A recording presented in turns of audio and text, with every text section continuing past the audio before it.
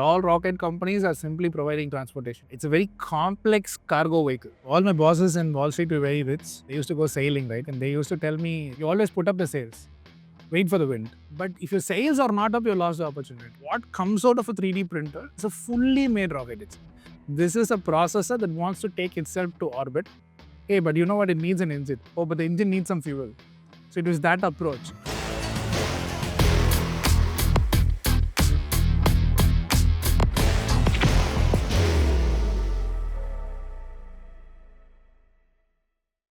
Hi, my name is Amrit.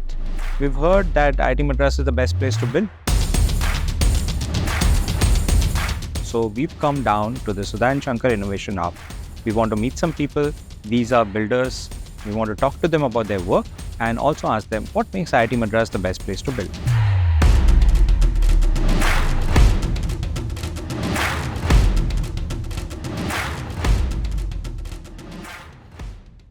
Hello and welcome to the Best Place to Build podcast. This is Amrit. I'm sitting with Srinath, the co-founder and CEO of AgniKul, one of India's top rocket companies. Well, there are only a few. So one of India's first private rocket companies. Hello and welcome, Srinath. Thank you. I want to start by saying, have you heard of this saying, this is not rocket science? I want to understand, is rocket science really that hard? And maybe using that segue, you can tell us what rockets really are and what it takes to build a rocket. So it's a great question because I think that phrase was coined at a point in time where access to computational resources was lesser, access to communicating just across teams was harder and so on, right? So it is very hard, but it's not hard in the sense of the engineering itself being hard. It's about that last bit of detail. Every single thing has to be right. So that is the hard part actually. So think of it like you're writing an exam where it's a digital outcome, right? Unless you get all the answers right, you fail. That's what makes it hard, is because otherwise the tech, like people have figured out enough tech on the ground to say that, okay, you can have a few sensors work, you can do some controlled flight, you can do all of those things. It's not hard today.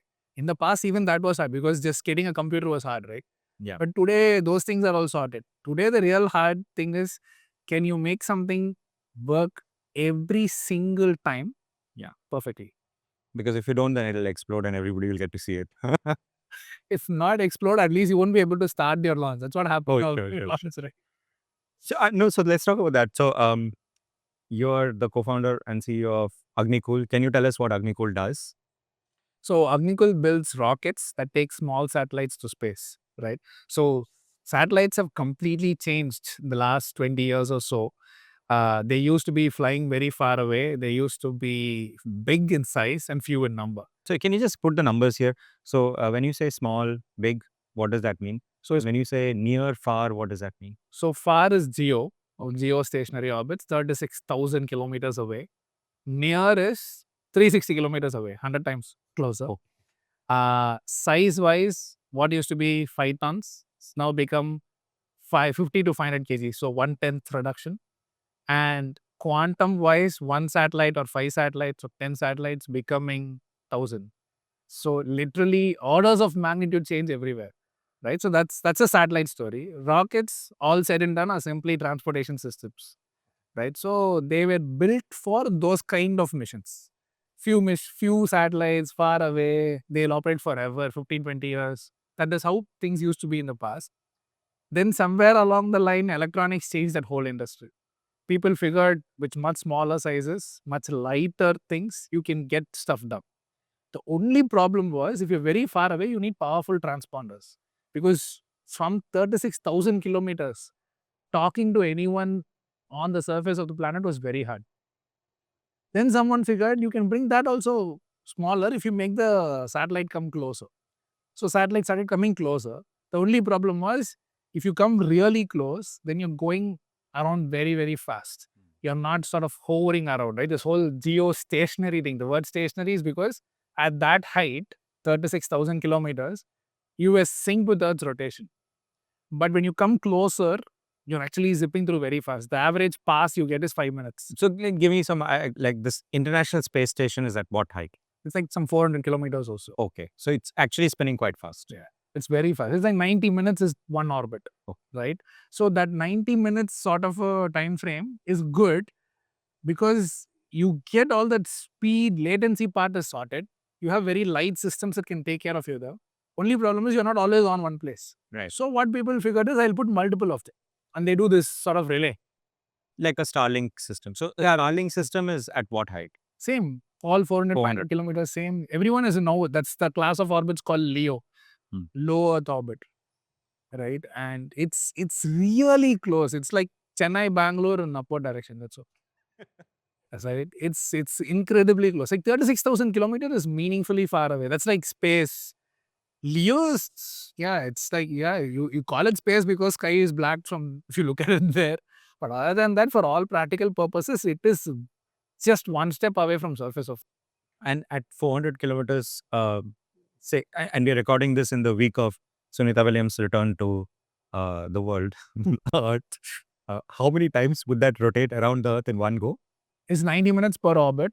So roughly 15, 16 orbits a day. Okay. Right? It's just, you're just pushing that limit around that 14, 15. Usually they say for meaningful passes, you get 13. So anyway, coming to your question, so all that has happened in satellites and rockets were still stuck in the past, meant for those older missions. Because rockets are not only about electronics. Rockets had engines, they had tanks, they had all these other mechanical systems where we didn't see that kind of a breakthrough, right? What you saw in the semiconductor industry didn't happen in any other industry in the last 20, 30 years. So rockets are still stuck in the past. So this is where we come in and say, we'll build rockets that are meant for small satellites, that are meant for satellites of today, because every parameter that a satellite operator looks at has changed, except the way in which they go to space. Why should that alone be stuck in the past? So that's where we go. Understood. So, and you make a rocket, which, what is the payload on the rockets that? We can go up to 300, 350 kgs. Depends on the Launchpad, depends on the orbit, but in that range. So is that going to be one satellite or is that going to be a few satellites? How will that be? So we can do it even for one satellite.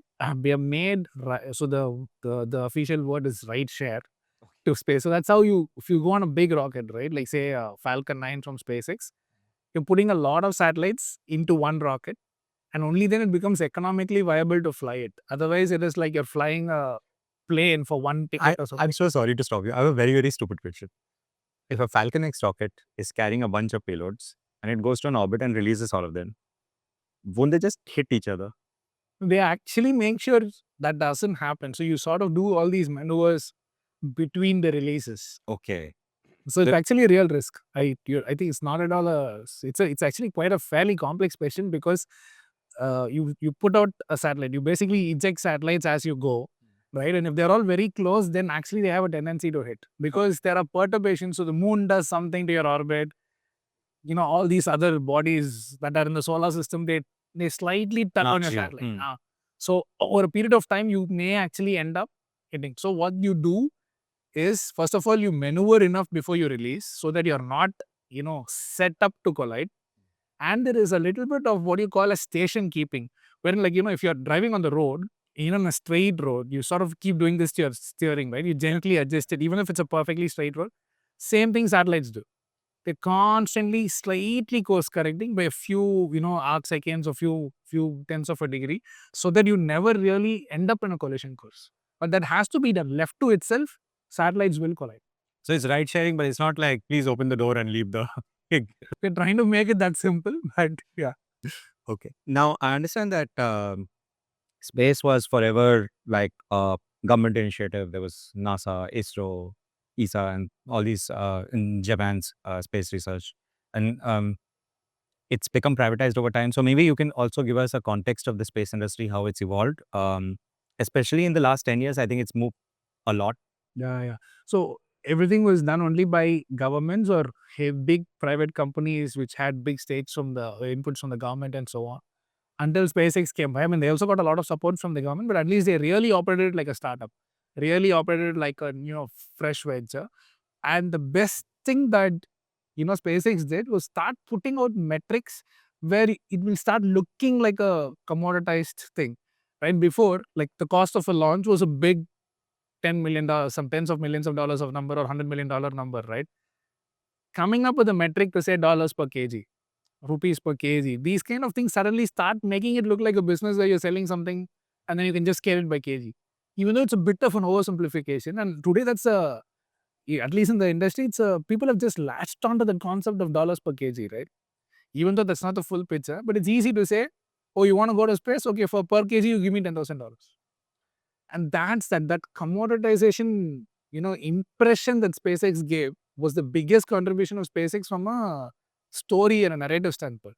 So a lot of people started coming in because there seemed to be more visibility on pricing. Before it was like two, big corporations, highly illiquid, no transparency, nothing was known about the pricing of it. And there is also this whole thing that you can't fail if you're in space. So in the name of putting higher quality products, pricing was jacked up tens of orders of magnitude, literally like 100x. The same screw will be $10 versus $1,000 just because it's a space rated screw. Even though really from a mechanical property standpoint, nothing would be different. So all this is what SpaceX broke. And so that changed everything. And then everyone started looking at it like, oh, okay, you can also run it like a regular business. And with that, more entrants started to come in, and slowly an ecosystem started to form. So I think that is where the real change happened. Right? Now you can look at space as one of those sectors. Now starting to use all the finance jargon, right? As a sector where you can do something, add value, and make money. As opposed to it being like, okay, there is one government grant you will get or one government project you will get. It is that kind of it was a very government centric sector, which is now completely become. Yes, you can completely keep governments away, but now there has become a lot more. You can think of it like running another transportation business. Rockets are, or all rocket companies are simply providing transportation. It's a very complex cargo vehicle. That's all a rocket. Understood. It's also a very quick cargo way. Yeah, it is. So, Chennai to Bangalore takes like 8 hours on a good day, door to door. How long does it take to get to space? So from Chennai, from wherever we are, like say for our example, AgniKul's Launchpad in Srinath, to get to low Earth orbit would be 8 minutes, 10 minutes maybe. And then after that is when the hard part, the really amazing part starts. So to be in orbit, all you need to do is go really fast. It is literally, if you think of what a rocket does, it just pushes something. It could be cargo, people, whatever is on the rocket at the speed of 7 kilometers per second and keeps it horizontal to the surface of Earth. So when it tries to fall, you never hit Earth. That's all. Sure, I remember the JE escape velocity calculation. Correct. Same story. So all we are trying to do is push something really fast. Okay. So that when it falls, it will never hit Earth because Earth would have curved away. You would have remembered that problem where if you start throwing a stone fast enough, it will start landing further and further out. Yeah. And if you really throw it fast, it will start falling down, but by then Earth would have curved, right? Yeah. So that is exactly what a satellite is. The question is how fast you can put something. And then you were saying that after that, the magic starts. So what is the real magic about getting something to space is, okay, once you release your satellite there, it stays there. Actually, there are very little, I would say, obstacles in space. The problem is the first 10 kilometers, right? So once you get to space, you can do a lot of things. In maneuver, you can rotate. It's like it's a purest form of it's like, how we study in textbooks about motion, right? Equations of motion. Yeah. Something rotates, it'll keep rotating. Something you push it, it'll keep going in that direction. It's like there's no air friction. Exactly. There is no all these other forces from other bodies and so on are like a second, third order magnitude impact. So it's like the purest way to this is like how we actually studied in our 5th grade, 6th grade, equations of motion. You'll see all that there. So it is very easy to maintain a satellite after it gets to space. It's first 10, actually, even in this journey of 500 kilometers, first 15, 20, or in fact, first 10 is the hardest part. So if you look at a launch, because SpaceX put out all these videos, you can see it on any of their launches. People actually applaud at 4 points. Okay. First is liftoff. Basically, not hit the tower that's next to the launch vehicle. Next is this point where you call max Q, where the rocket is most vulnerable because you're going very fast, but you're also in dense atmosphere. So it's a little bit like, jumping into a pool of water from a very high height, right? Where even water can hurt you, right? So that's sort of a thing where your rocket is still It's well within atmosphere, but it's going so fast that air can actually break you. What is the word you use? Max Q. Okay. The Q is a variable that is representing this a parameter called dynamic pressure. The pressure the vehicle faces when it is going through atmosphere, or wherever it's going. In atmosphere, the number starts to increase. And then after a certain height, because density is lower, it starts to decrease.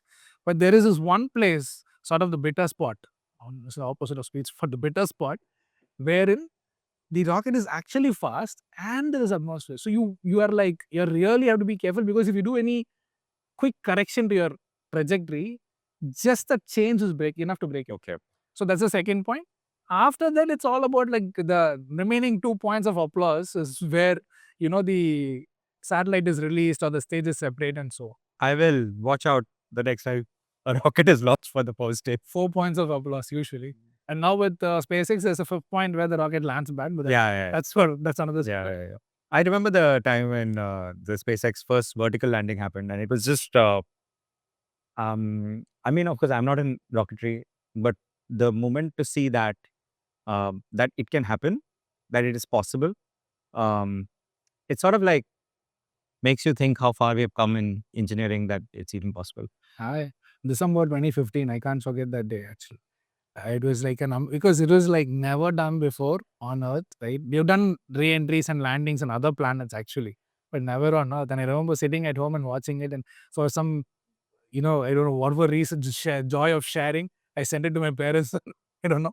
My mom would have understood it for sure. She's a physics teacher, but even then, the whole point about landing, it's just so exciting for me. I remember that phase of my life also very well. December 2015, I can't forget. Until then, they had tried a couple of landings and it'll come and just land and tip over. Yeah. It was the first time they actually successfully landed. And now, of course, they've done this, the fourth chopstick landing. Okay. Okay, so I think we'll come back to that a bit in at that phase of your life a bit. But the other thing that I want to understand is that so how has the world gone from government controlled uh, projects to private partnerships and to a private companies actually leading the mark? What are the steps that have led to this? So once people were able to see visibility into pricing, lot of players started to enter the market, right? That was the big change. From a pure economic standpoint, more people were willing to put money in the story because they knew where the money is going. They knew why the money was required, right? And SpaceX also did this second thing of actually coming and increasing things like speed, because space was always considered this low, okay, 10-year projects. Everything is a 10-year project. Suddenly, people start talking about 1-year projects, 6-month projects, right? And at a cost where you can actually look into it and say, okay, I understand where the money is going. And it also became a little more democratized, to use that word, because everyone, SpaceX didn't care if it was only a government, right? They could partner with others, even though it was very less. They at least that opportunity was there. Sure. In general, the word democratize is referred to when the access opens to a larger group of people. So that actually changed. So it's really it's very interesting story of how an ecosystem got built, because suddenly clarity came into the story. Once clarity came, more people came in, and once more people came in, more applications came in. It's a little bit like the app market, right? Once there was this platform and people figured you could build whatever software you want on the phone to use the computational, capacity of your phone and the connectivity of your phone. Same thing happened in space. Once you knew someone was there to take you to space, now suddenly a person who never used to think about space as a way to do their business started thinking. Like the best example for me is how hedge funds started to use imagery from Earth, from low Earth orbit, to bet on real estate, because they were monitoring traffic, garage utilities, like how much of a garage was filled up, and they were actually playing bets on which malls in the US would be under distress. Right, so so you can think that nothing to do with space, just that it's a very interesting perspective to take a photo. So those kind of applications started to open up. Right. I've understood from because we met Suyash earlier in the podcast. I've understood that satellites are of three kinds: communication, Earth imaging, and GPS positioning. Yeah. So I think on the Earth imaging side, there's a explosion of use cases and is just growing. And of course, even on the communication side, because Now with Starlink, everyone is now, it's the hottest topic in India now with Jio and Airtel coming into Starlink, at least in this sector of communication. Yeah. This is huge, right? Like suddenly looking at and Starlink is actually very interesting concept. It's like putting Wi-Fi towers in space. That's it. It's not very complex that way. And that opens up internet for everyone, connectivity for everyone. Again, satellite, internet is back. These things went away because those times communication satellites are too far away. Oh, it's interesting because there was a time when we were getting broadband, and every road was being dug up to lay cables, Correct. and there's so much physical infrastructure. And we used to read that at least India has cables, other countries they don't even have cables. And then we went to 5G, now maybe to 6G. So you build one tower and a large area is served. And now it's But the Starlink concept is actually, in a way, simpler than 5G, 6G, because 5G, 6G has a lot of algorithm for encryption, lot of algorithm for, actually getting those, those encoded signals to your phone and so on. okay. With Starlink, if you look at what is inside a Starlink satellite, you will see a bunch of antennas called phased array antennas, right? Forgetting the jargon, simply a bunch of antennas in space. So they just, it's like a concept of taking the infrastructure from the surface of Earth and putting it above. That's it. And not even very far away, only 364 kilometers above. So it's a very interesting concept because Very nice. you're not trying to do some extremely, it is a complex problem, but I'm saying in the scheme of things, like compared to 6G, the Starlink solution is not incredibly hard. It's hard. So that And is I guess, one way of I guess one thing we were saying is that the hard part was getting so many satellites on space, Correct. which is the area where you're working in. Correct. Yeah, the rocket problem. Um, okay, so we were talking about government to private transition, and there's an India story in that. Yes. So, and I know you've spoken about it extensively elsewhere also, but why don't you tell us once again what the India story part of that is? So the India story ISRO has been working with private players for a really long time, right? But they were all vendors to ISRO. If you're a private company building something in space tech, your end customer is ISRO. And it'll be for a government mission. And this was there, I think 30, 40 years, this has been the norm, right? ISRO doesn't do everything in-house. In fact, they actually have built entire industries to take the technology they have developed and scale it outside. But they'll be providing solutions only to ISRO. So now, very recently, after COVID, that thing changed because there was a stance taken by the government that we are so ahead as a country in space, but we are literally among the lowest of the lowest in terms of percentage of actual commercial business going in space. That was because the sector was closed. Only finally, everyone is doing work only for the government. And that you can only scale so much, right? So that is where the policy itself was changed. A new body was created to authorize private space missions. It's called InSpace, right? And for actually allowing for people to say, okay, if you want a private launch, you can do that. If you want a private launch pad, you can do that. If you want to put a completely private satellite mission like what Starlink is, you can do that. Before it was like, no, India means you supply stuff, but it will be for ISRO. So that is the big change. So now people are starting to come more and more. Did you see it coming? Did you see in space coming? Not at all. Well, it was a shock. It was a big shock. Very positive shock, actually. It's It was very bleak times in COVID when it was announced, right? So literally, like I think May of 2020, I remember the day also very vividly. It was like 2-3 days after my birthday. I remember this finance minister came and announced all the programs for Atmanirbhar. The which automotive. year was this? 2020, May of 2020.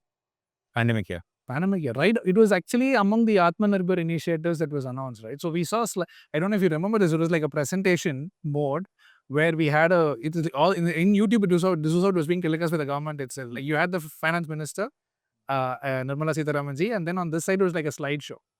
Sector after sector used to come. We had automotive, agriculture, energy, and out of the blue, the last but one slide was space.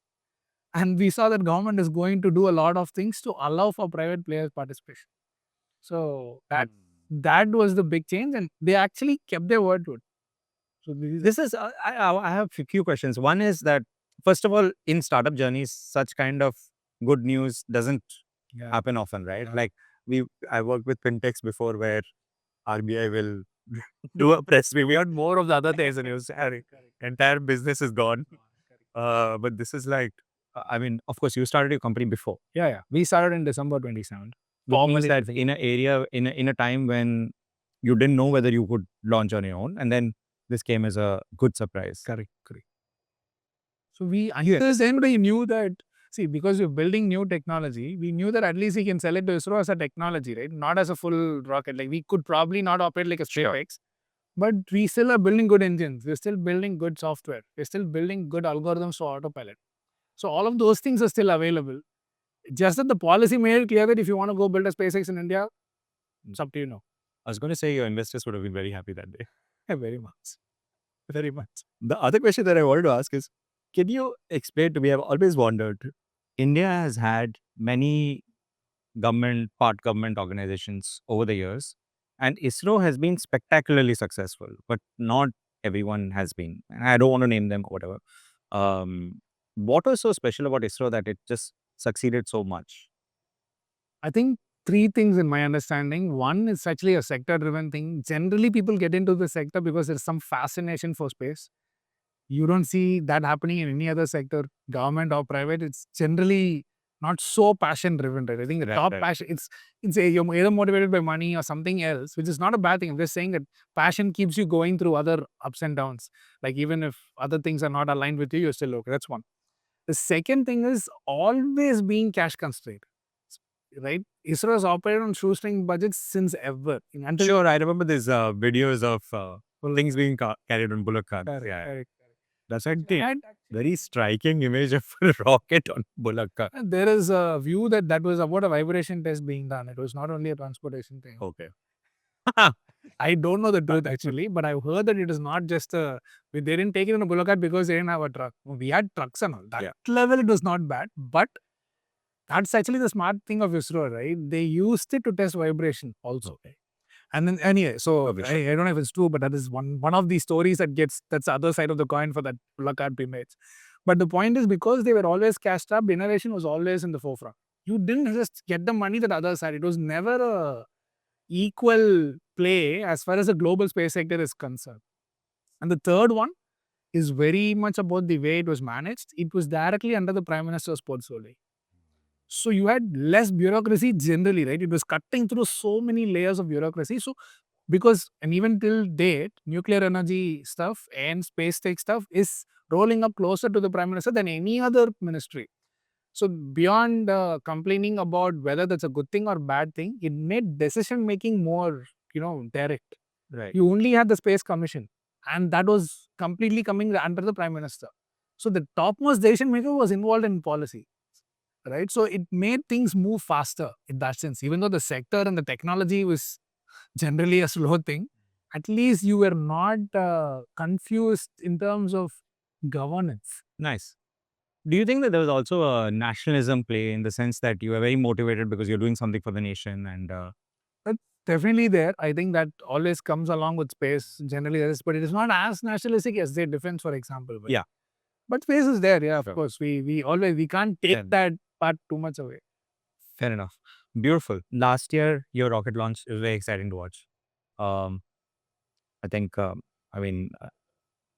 primarily also because, you guys, you're from here, like you walk the same buildings as we walked. And so it was nice to watch that we can also do this. And I want to understand in the press release and in the commentary that came after, there were a lot of firsts.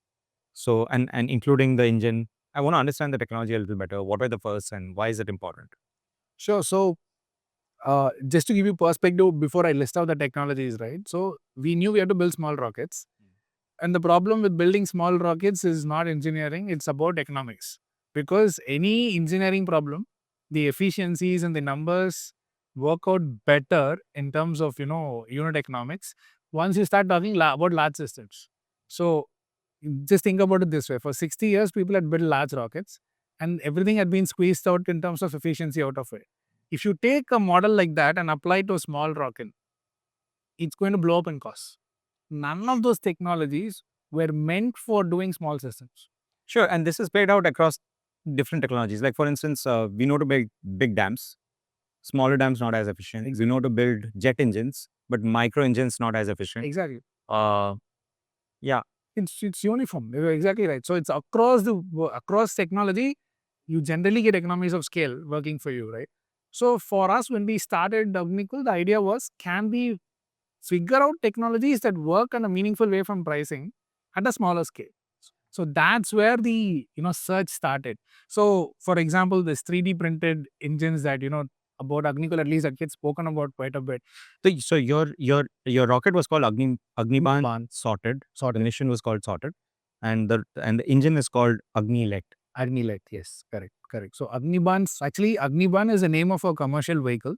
Agniban Sorted is the name of this test vehicle because it was a tech demonstrator, a suborbital tech demonstrator. That's the sorted part. So Agniban Sorted, of course, it was meant to say that the tech is also sorted with this. And the mission was actually called Mission 01. Nothing more fancy than that. And the engine that was powering it was called Agni-lect. Interesting thing about that engine is it's single piece 3D printed, meaning it's an automated way of making a rocket engine. So you just stand back and watch the 3D printer build an engine. And the reason such technology was needed was because only then at small scale you can get meaningful numbers to work. So if you have a metric, like say dollars spent to get 1 Newton of thrust, right? Dollars per Newton. That was like if you use the same technology that is used for a bigger rocket engine, our engine would be 10x price here. Dollars per Newton would be 10x more, even though the dollar itself may be small. So that won't work at a small scale. So we had to think of 3D printer. So every technology that I'm going to tell you as a first is driven by that core motive that what will work economically at this scale. Which is very, it was very focused about getting the cost low with technology, not with like, oh, we are in India, it's cheaper. Or you're in India, it doesn't mean space is cheaper. Right? It's just not a sector like that. So you have to figure out tech though. And that's actually what ISRO has done in a lot of its missions. ISRO's missions are cheaper not because it's from India. It's because we thought about something that probably in the West people didn't think about. Sure. So coming to the first, And that's coming from a place where you are anyway constrained, so you're forced to innovate. There's no other way out. If you had to have a successful space agency, then the only way out is to figure out how it will work at lower cost. Yeah. So now coming to AgniKul's first, so one is a 3D printed rocket engine. Can I just spend some time on that? A 3D printed rocket engine is cheaper than, say, a Conventionally made one. engine. Why? Because in the making of a rocket engine, you're removing the entire human element out of the story. Right? So we figured out when you're making a complex geometry, you can use additive manufacturing or 3D printing because it'll allow you to come up with like these shapes and paths for the fuel to flow in ways where you can't even think of in conventional. Right? Because in conventional, in conventional manufacturing, you're removing material. And complex geometric shapes, you may not be able to remove material in that. Yeah, because it's hidden inside, for example, right? Like with conventional, it's always like you're starting off from something and you're cutting out, which means there is no concept of something that is embedded inside a part. Like if there is a particular, say this cup, inside the cup, what is there within the walls of the cup? I can't make it actually unless I shave off a layer, etch whatever I want, and then add one more layer on. And then weld it. Weld it, yeah. So all of those. I think this is an easy concept to understand. Anybody who has cut paper, even with a scissor, knows that if you want to get a complex shape, you have to move your your tool in very complex ways. Correct. Right. So here it is literally like you don't even cut, you only create. That's the way the word additive manufacturing is a nicely coined term because it's almost this, it feels like you're creating what you want, nothing. It's interesting you said that because whenever I hear the word additive manufacturing, it implies that everything else is reductive manufacturing. That word doesn't exist. Correct. No, actually, it is called, we actually have a section in our manufacturing facility which we call subtractive manufacturing. Subtractive manufacturing. Reductive feels like you're feeling. Yeah. Subtractive feels like, okay, it's just one more aspect of algebra, right? But it is subtractive in the sense that you take a block and you shave out what you want. So you're removing. Additive is like you start from nothing and you create only what you want. Yeah. So that allows you to play with geometry. Like it's like literally like just sketching with a pen, right? You can do whatever you want. But then, of course, you will have to make sure there is material strength, there is integrity, there is homogeneity across layers. Sure. A lot of those material science aspects come in. But the process of creation itself is flipped on its, head completely. And also, like, it's one unit. There are no welds, there are no joints. And that was the hard part of the design. There are no screws. Yes. So we came up with a design like that because you could immediately reduce count, but there is a huge difference between saying one-piece engine and two-piece engine. Because in two-piece engine, there is a person required to make two pieces into one engine. in a one-piece engine, the printer is giving you the engine. What comes out of a 3D printer is a fully made rocket engine. So that took us like 80, 90 iterations of playing with various geometries, allowing for the print to come. And the other hard part in the tech we do is there is powder that is actually welded. That's how we create an engine. So there is powder that has not been welded, that is stuck within the engine. So you'll have to create your geometry in such a way that the same holes that are there for, say, the fuel to enter are also the holes through which powder comes out. And that's not trivial because there is powder locked in, right? Let's say you're making a. Sorry. You're talking about the material powder that is being used during after the additive manufacturing process is over. There's some material left Stuck everywhere, wherever, because all the hollow parts of the fuel channels. so it has to be cleaned. It has to be removed. Yeah, exactly. So, and you can't make a separate hole for that. Yeah. So you have to design your, say, for example, the entry path of your fuel or the places where you check your pressure. These are all already holes that are needed. Just from an engineering standpoint, you need those. The same holes have to double up as a place where you can remove your powder. Understood. So those kind of things are very complex to figure out because otherwise powder gets locked. So it's like a maze that you built inside an engine. That's the if you look at the engine's internal structure, right? It will look like if you have you seen this picture of how an anthill looks? Like someone put a Aluminum, right, liquid aluminum. Yeah. exactly. Like, and if you look at it from outside, it's just like one hole, but inside you can see everywhere the path that has been made by the ant. The thing we are talking about is that if you take a large anthill and pour liquid aluminum, the aluminum sort of solidifies along the root of the anthill. And you remove the anthill material and you see this really complicated structure. So a rocket engine can be made like basically like how the ants made the anthill, right? I want to ask you the tools that are required to make this additive manufacturing possible, the machines that are required. How old are they? Like, when did that technology mature? So it has been there for about 10 years, 15 years now, but I think people are constantly pushing boundaries in terms of how big you can. So before 3D printed parts could be like this big. Yeah. It was not very useful, but it was like a nice way to start testing stuff, right? Yeah. But from there, the moment you start pushing your limit in terms of how big your structure can be, more and more things can be done. It's a 20-year-old, 25-year-old industry. If you start about from very beginning aspects of it.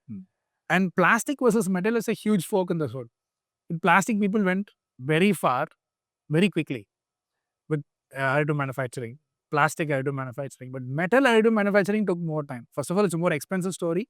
Second, metals also demand a lot more heat analysis. Yeah, heat. It also a lot more power, a lot more understanding of the material science.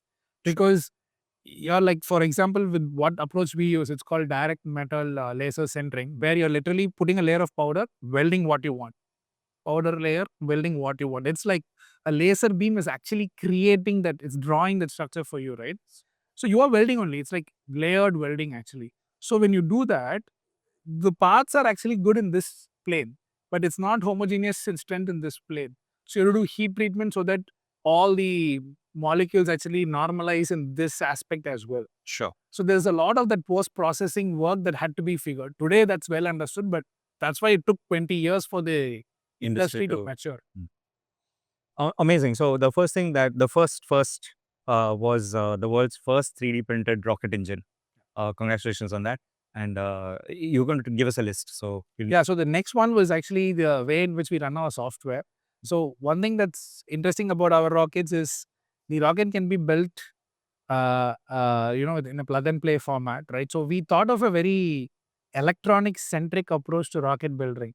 So generally, if you think of a rocket in the past, right, you had these tanks, you had these engines, and the code that was written in the vehicle was like bare enough code to start the engine, stop the engine, throttle the engine. It was like an add-on. It was like, oh, I can't control the rocket, so let's just write some basic code to make sure these things, there's a sequence that is executed.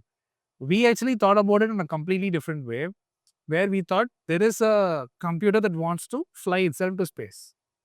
Right? Let an engine be an add-on. It's like a peripheral. Like you want to attach a printer to your computer, you put it on a USB, right? So if you want to attach a camera to your computer, you just connect it. Similarly, an engine should just be an add-on. So the entire so it is actually from a electronic standpoint, this is a processor that wants to take itself to orbit. Hey, but you know what? It needs an engine. Oh, but the engine needs some fuel. So it was that approach. So every device in the vehicle is a peripheral to the flight computer. And the plug and play nature of that sort of an approach helped us keep our vehicle modular.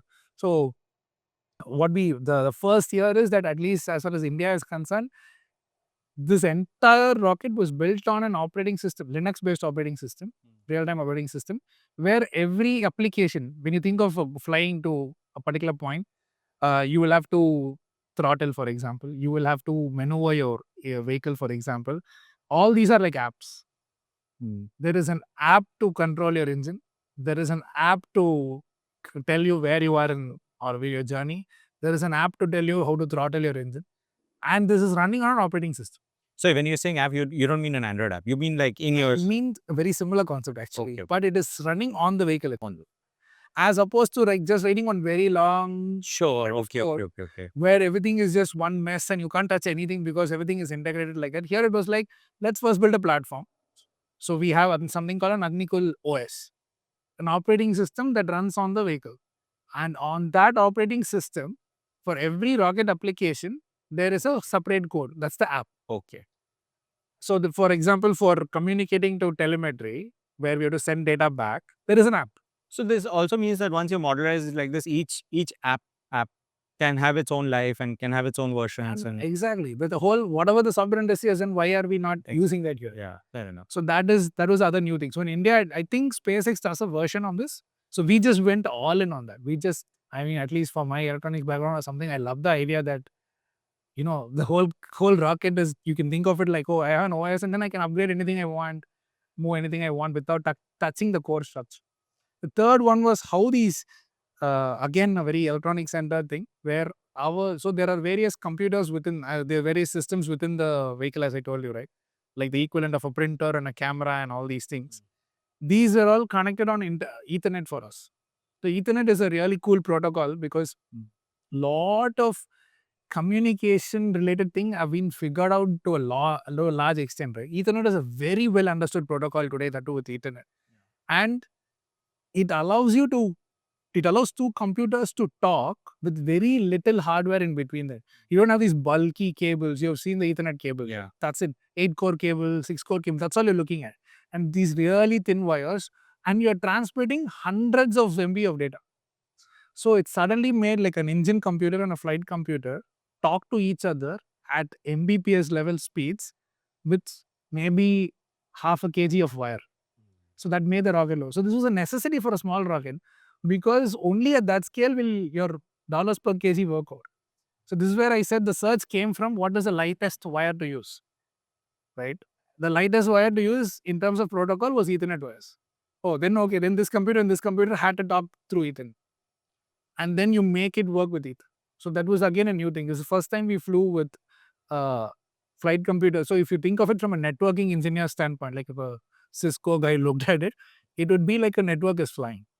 Nice. So that was one more thing. And then from a policy standpoint, the first launch from a mobile launchpad in India, right? So the whole launchpad was first built in IIT.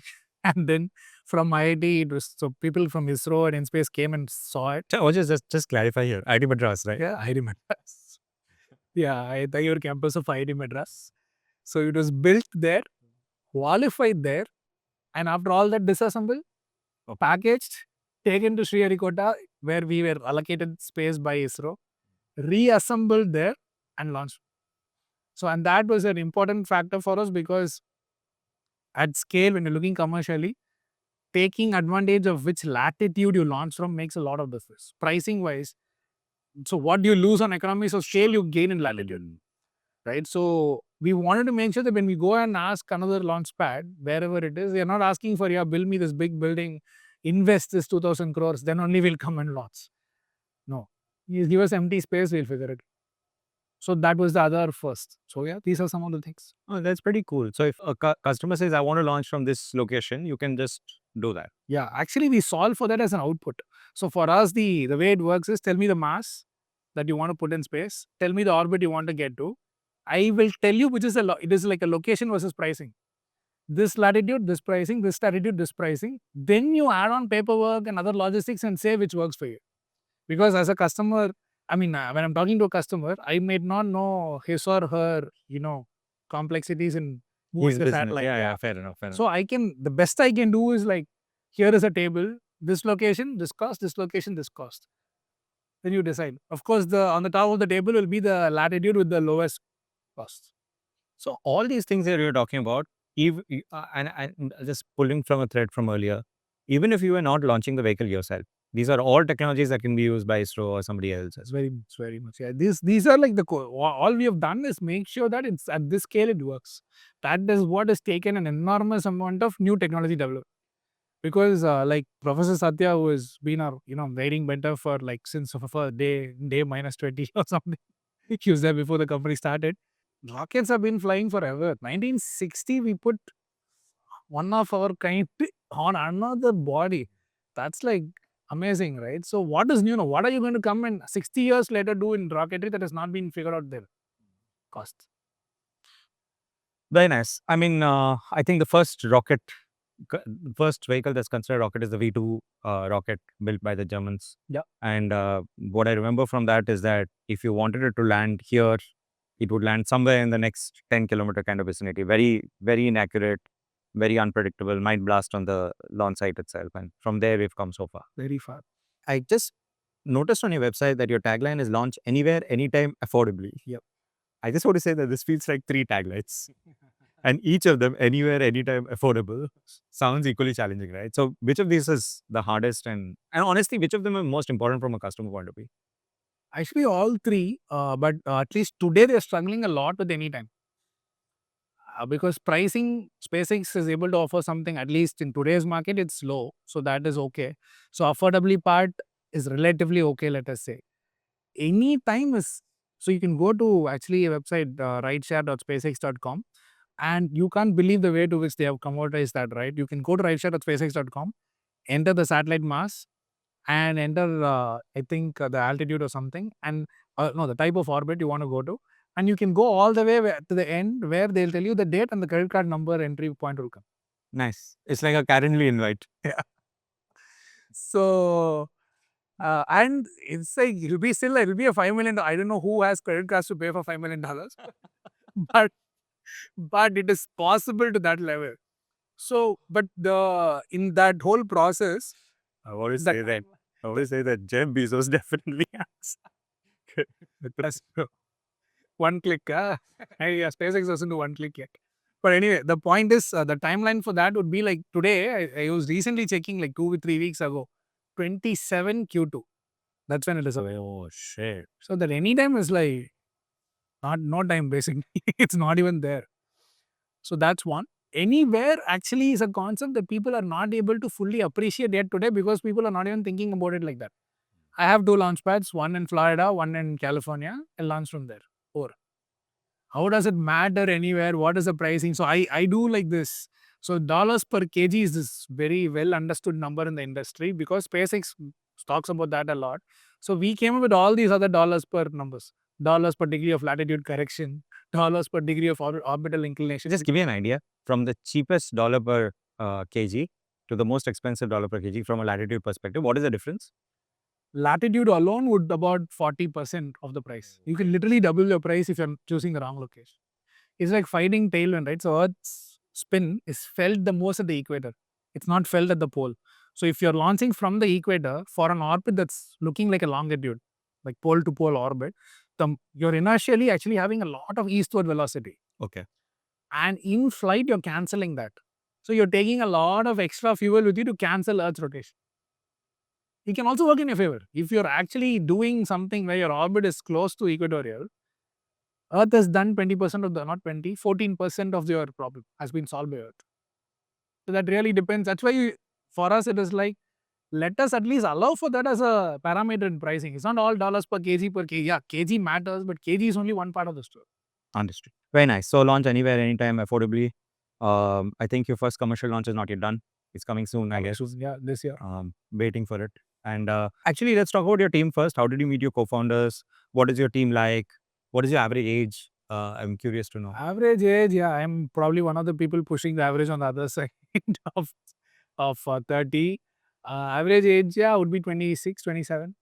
But isn't this an area where the employees would require a lot of experience? So we augment that with people retired from ISRO.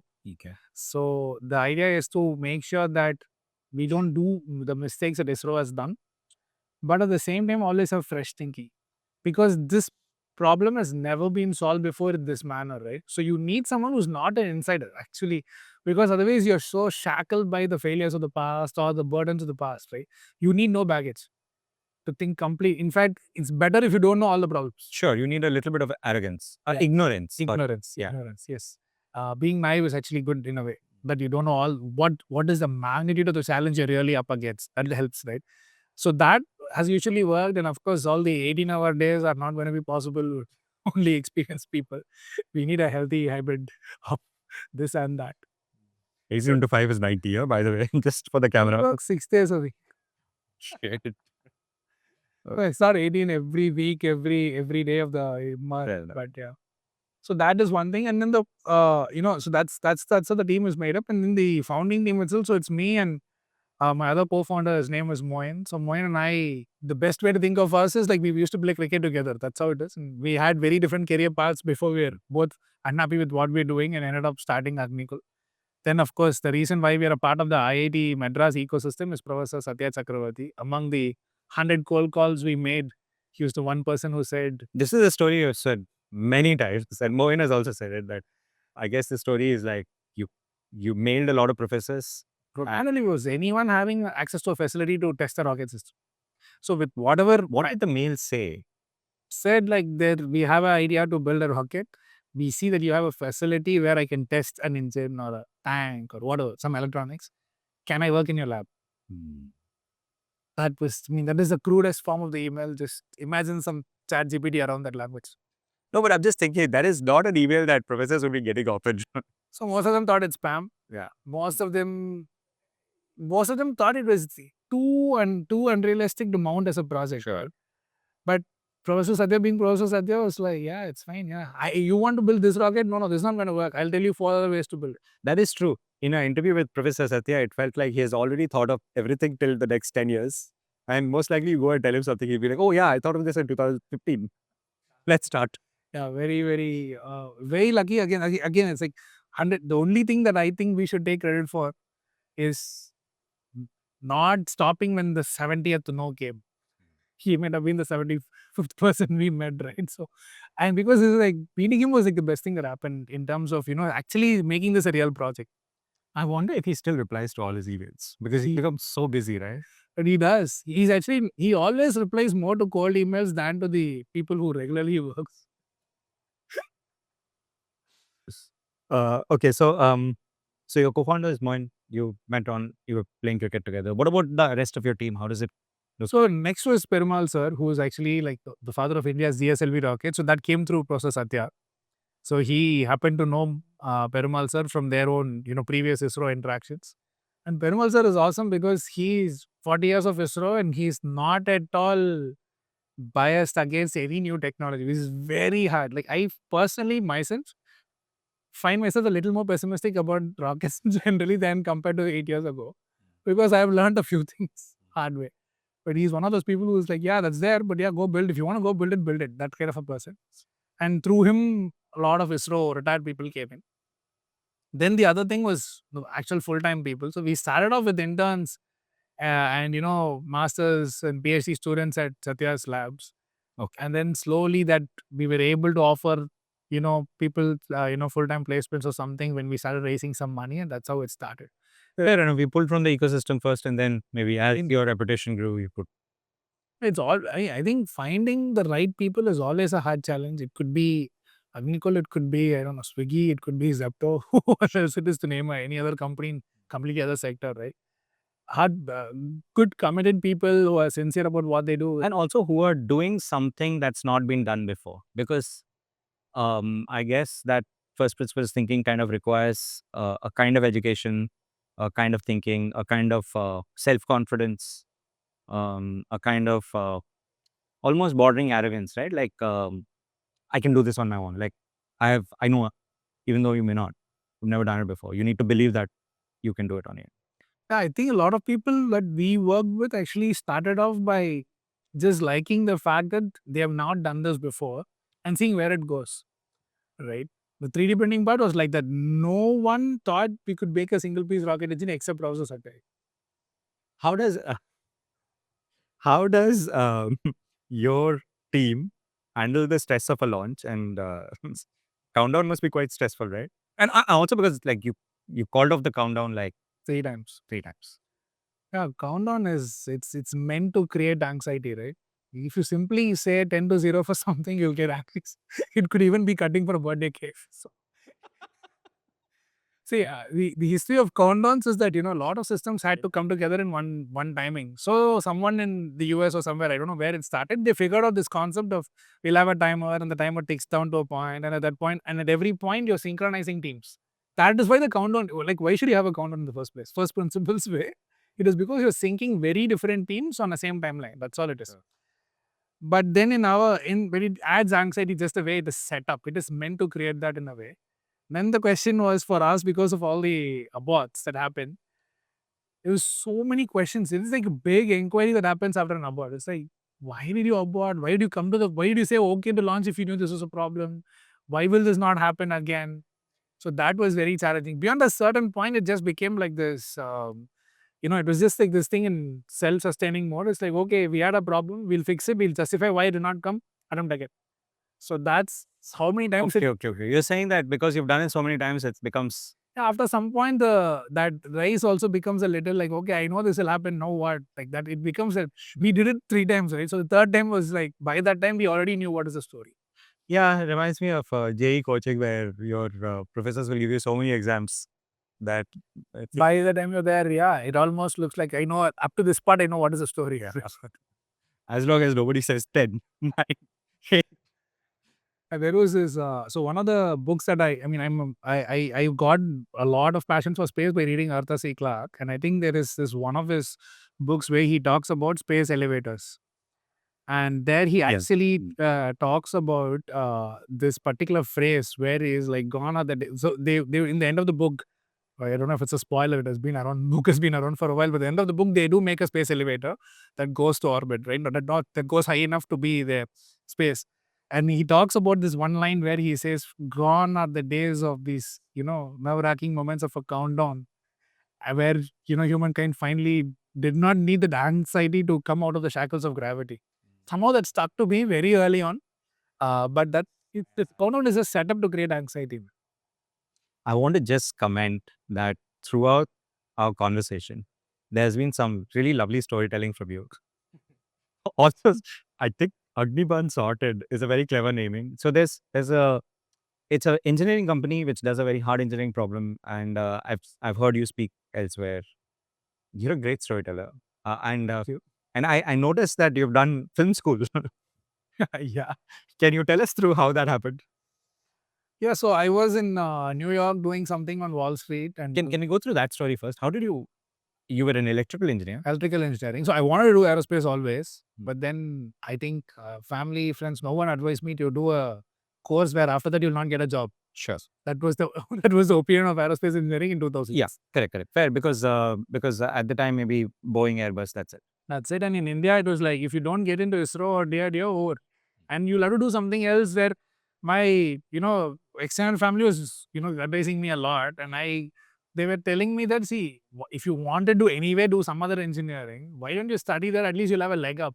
Why do aerospace engineering, then come back to say software? Just do software. No? If that's why you're going to get a job. But So you went to electrical? I went to electrical because I like tinkering with, that kind of code that runs on processors and electrical stuff. And then I got into ABB, the electrical engineering company, and worked for 2 years. And that was a lot of commissioning focused role where I had to take their motors and put it on steel plants and so on. It was like where I was installing their systems.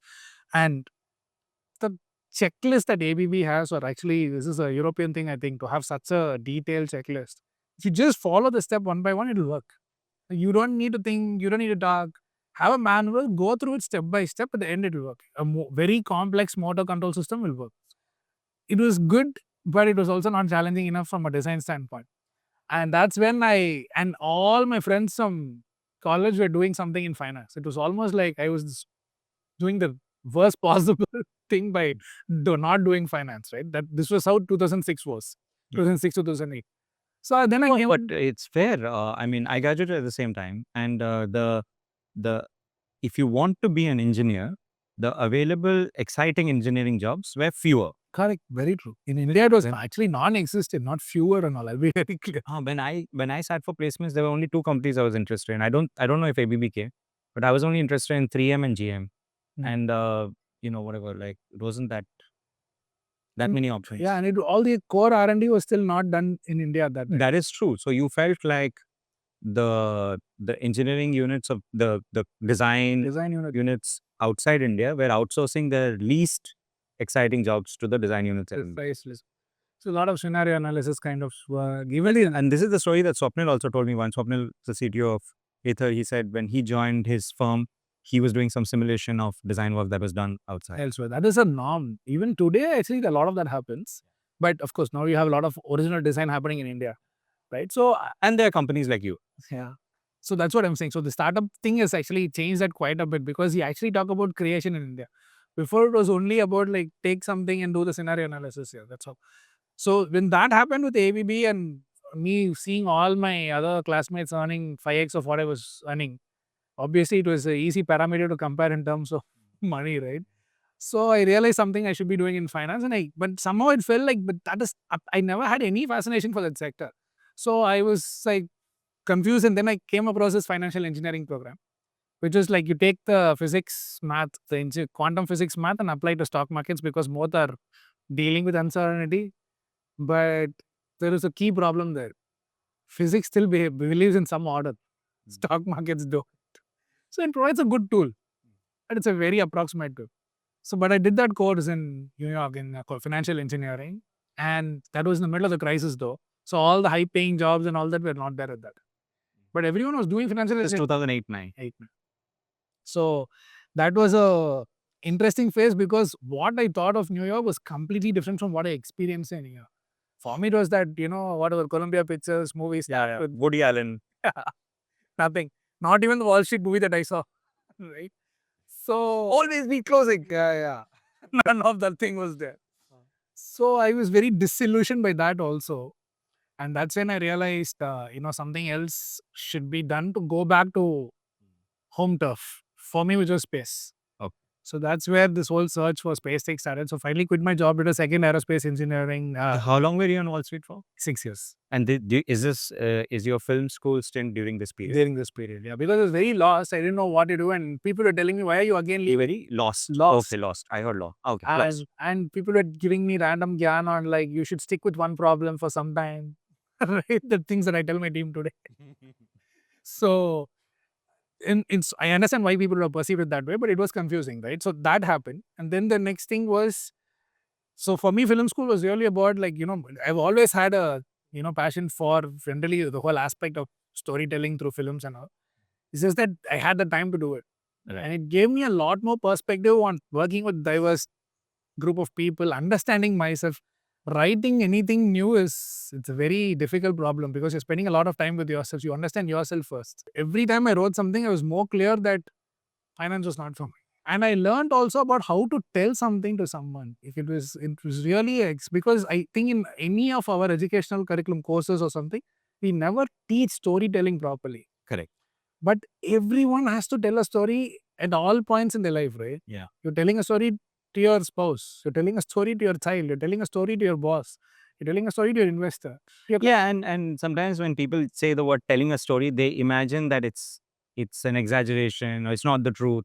But even to present the truth, there's some aspect of storytelling that is required. Yeah. And you need to keep your audience engaged, right? If I'm talking to you and I've lost you in the first 2 minutes, after that, even if I talk about the most fascinating rocket technology, what is the point? Right? So what do you tell? It's like like in screenwriting, they have all these tools that they teach you. So like how to make the story look coherent, and you have to plant the seed, and then when it is the right point, you tap into it.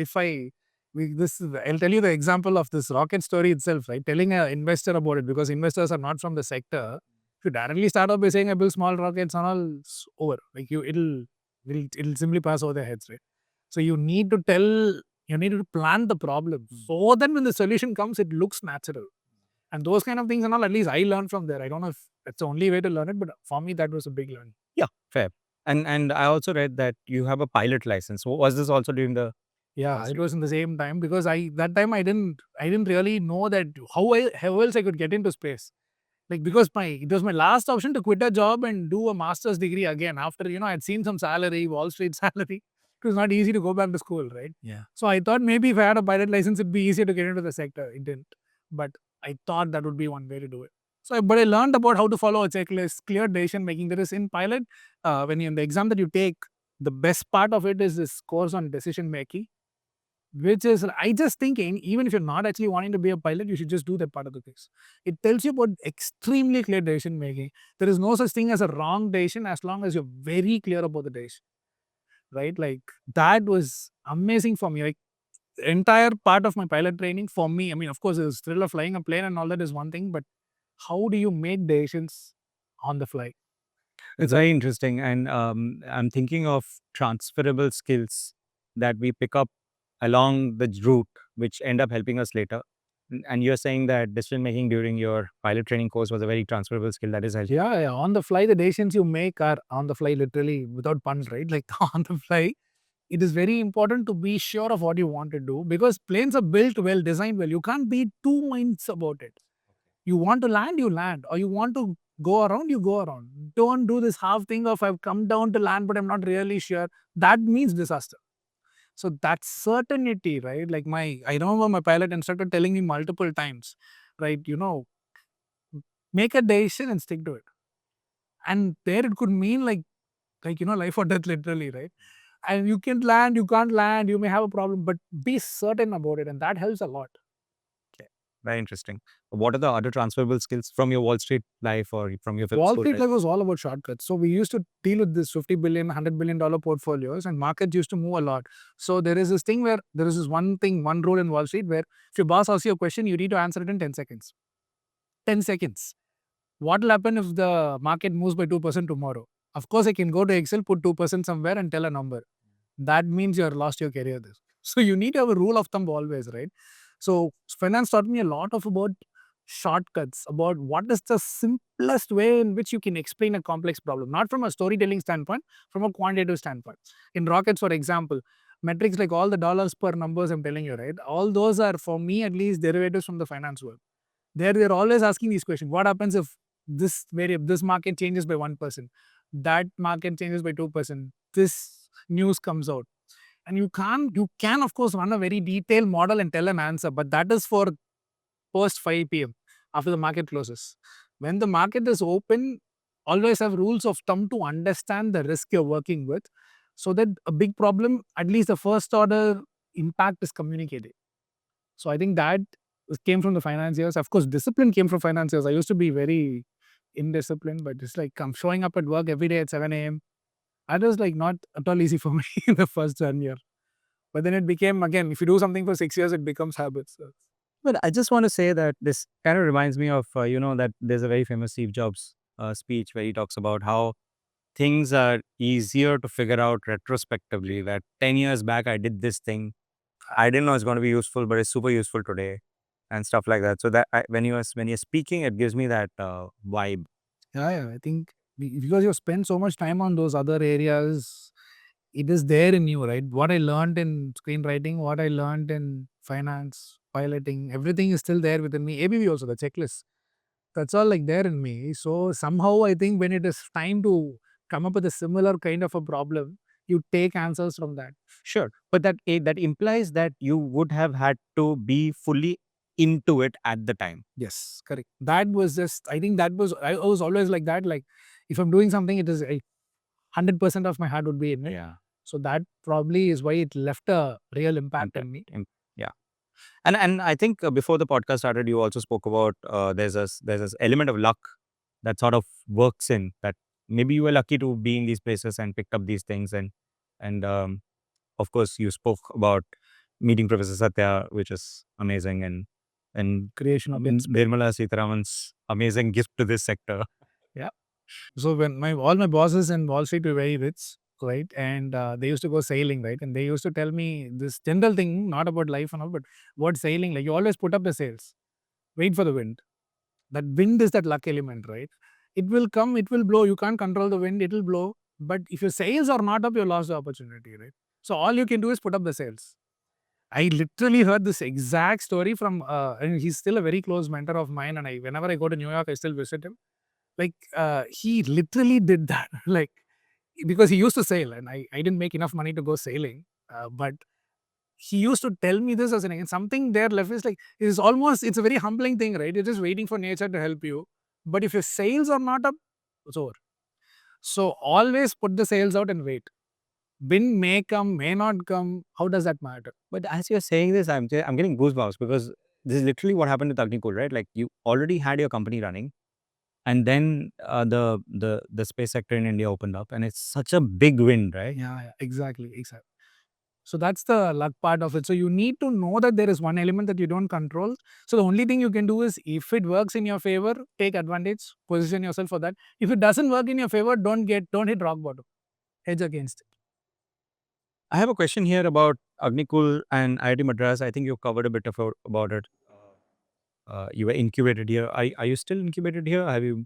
Is your entire office moved out now? No, we still have a presence in the research park. This is where we make our rocket engines. That's a 20-year lease sitting there. So I'm going to be here, part of IIT, for as long as I can think of Yeah. out of the future. And I think a lot of people on campus really look up to AgniKul, and maybe I don't know if they joined you or not. Maybe they're still looking at Wall Street careers. Srinath, my last question. You're a dad.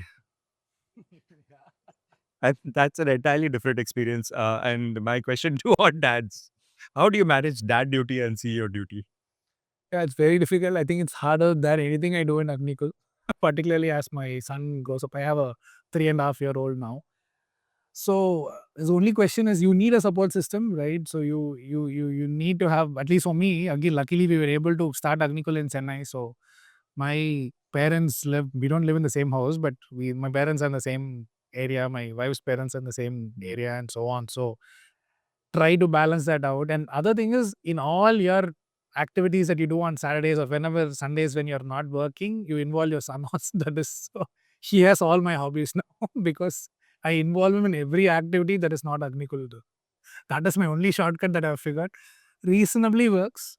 So like the storytelling, all these things, right? So and of course, kids are the best storytellers. Yeah. So involving him in that allows me to unwind and also spend time with them. So Yeah. I've not been very good at that in terms of balancing.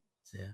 But I either do this well or AgniKul well, and then somehow sandwich. But you have a good support system. Yeah, support system. Without that, it's not possible. I think you need that. And for me, it was again lucky that parents, both our parents are here. Yeah. I'm just thinking of your son, and I'm thinking that when he goes to school and somebody asks, okay, what do your parents do?